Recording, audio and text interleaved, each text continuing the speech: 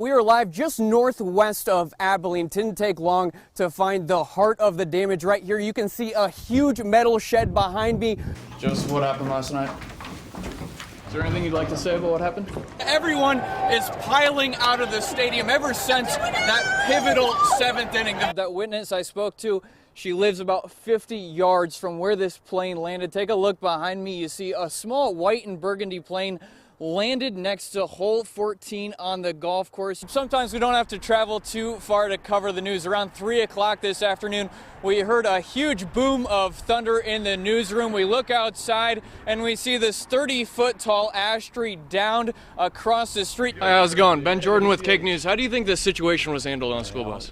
Yeah, Allison, we're standing right where this tornado tore through around 8 o'clock last night, southeast of Chapman.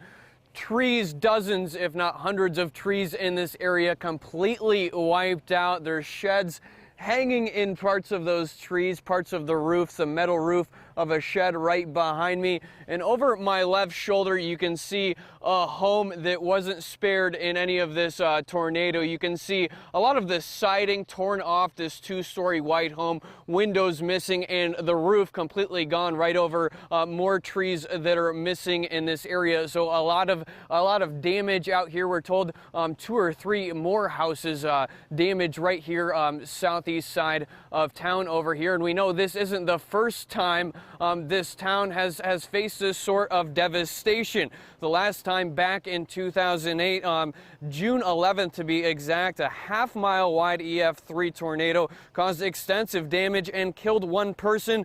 Most of the downtown area was wiped out. More than 60 homes were destroyed. School buildings and churches were among the most heavily damaged. And as we approach sunrise here this morning, we are getting a much better view of all of the damage out here, and we will continue to search for more of that damage as we get a better look as daylight comes about. Right now we're live southeast of Chapman. Ben Jordan, Cake News. A Kansas town taking away a youth tackle football program after concerns about concussions. In this Cake News on Your Side special report, Ben Jordan traveled to Parsons to find out what sparked the change. That's new at 10. Several Kansas youth athletic programs start tackle football in elementary school. But thanks to one NFL quarterback, Parsons is calling it quits after a dozen years. Like many small towns, football is all about pride in Parsons. Football's pretty heavy around here. We had Daryl go for it, and Sean Hill, a lot of others that come through here. So hit. Run.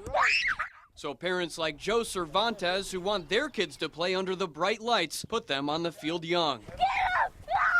3rd and 4th grade young. But the early start comes with a major concern for parents. The kids are playing tackle football, sometimes taking hits just like high schoolers. You hope he gets up and walks up on his own, that you don't have to cart him off. Telling kids to butt heads every play, especially linemen, every play they're knocking heads. Yeah, you can cause long-term brain damage later on down the road. It's that fear that caught the attention of Parsons native and veteran NFL quarterback Sean Hill. Hill is up at training camp with the Minnesota Vikings, so he caught up on FaceTime. I had a meeting with the board at the rec center in January, and that's when the discussion got open. And the more we talked about it, the more it made sense. So this fall, rather than helmets and shoulder pads, these 8- and 9-year-olds will be putting on flags. Flag, you're down. If you run on the ball, you're down as soon as they pull your flag, all right? Why the change? Hill points to the long-term consequences of brain injuries. Well, I think a lot about CTE that is still unknown. But here's what I do know. I do know that it's unnecessary to put them at risk at that age to play tackle football. CTE is a progressive brain disease found in athletes who suffered repeated hits to the head, causing severe pain, hallucinations, and is blamed for many former NFL players taking their own lives. There's been a lot of negative press about the game, but this is a good way to get those kids playing the sport. And playing it as safely as possibly can. The well-meaning decision came with some backlash from the community. Many, though, are in support. I think at that age, you're teaching them the fundamentals.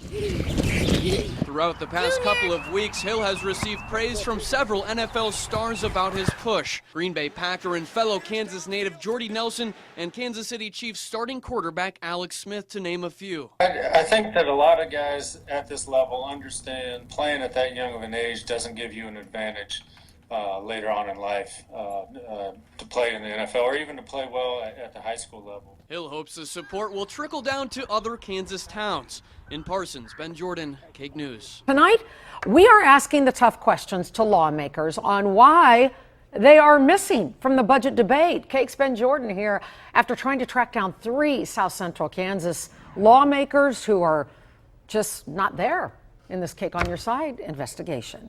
Susan, of those 3 lawmakers, 2 are from Wichita, 1 from Winfield. But after knocking on their doors, making several calls and emails, only 1 could be tracked down, and she hasn't been seen at the State House since around Memorial Day. Where are they? I don't know. After making calls to the 3 representatives, it was time to show up at their doors. Starting in Wichita with House Democrat Roderick Houston. No answer. He's a pastor at a local church. He wasn't there either. Off to House Democrat Carolyn Bridges.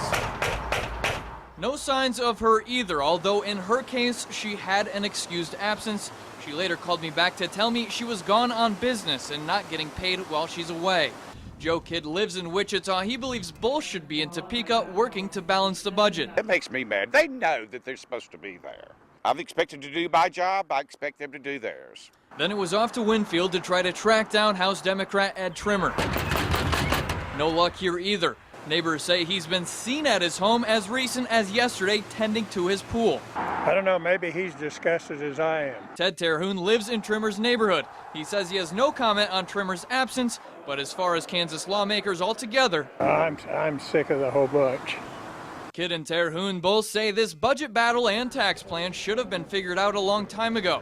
They tell me the problem is they don't see this ending anytime soon. Republicans aren't going to help the Democrats, and Democrats aren't going to help the Republicans, and it's just a waste of time. Representative Bridges did tell me she will return to the State House if lawmakers are still working to balance the budget on Saturday.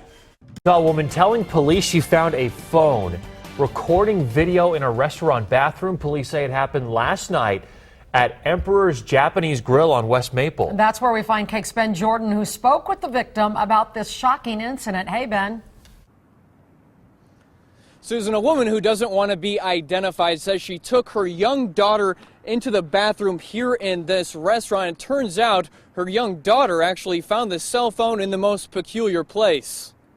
Around 7 Tuesday night, a 25-year-old mother took her daughter to the bathroom before eating at Emperor's Japanese Grill. Couldn't find paper towels in either dispenser, and so it was just at her perfect level of eyesight that she's seen a phone propped up inside of one of the paper towel dispensers. This mother, who doesn't want to be shown on camera, says she grabbed the phone and noticed it was recording video. Can't even remember exactly how long, but I think a couple hours probably. Well, the first thing that I thought of was, it was somebody trying to prey on women, and then thinking that whoever did it didn't know exactly who was going to be in the bathroom, children, whatever. The victim says she took the phone to employees and immediately called police shortly after officers arrived. It was learned that one of the phones did belong to an employee at that establishment. This time, Wichita police are investigating. There was interviews conducted at the scene. The victim says she's happy she caught it, but couldn't believe anyone would do this. It's sad because you shouldn't have to worry about something like that, especially in a private bathroom. So far, the employee involved has not been arrested.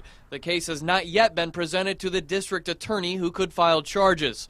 The victim says she's worried this wasn't the first time. He's got to pay for what he does.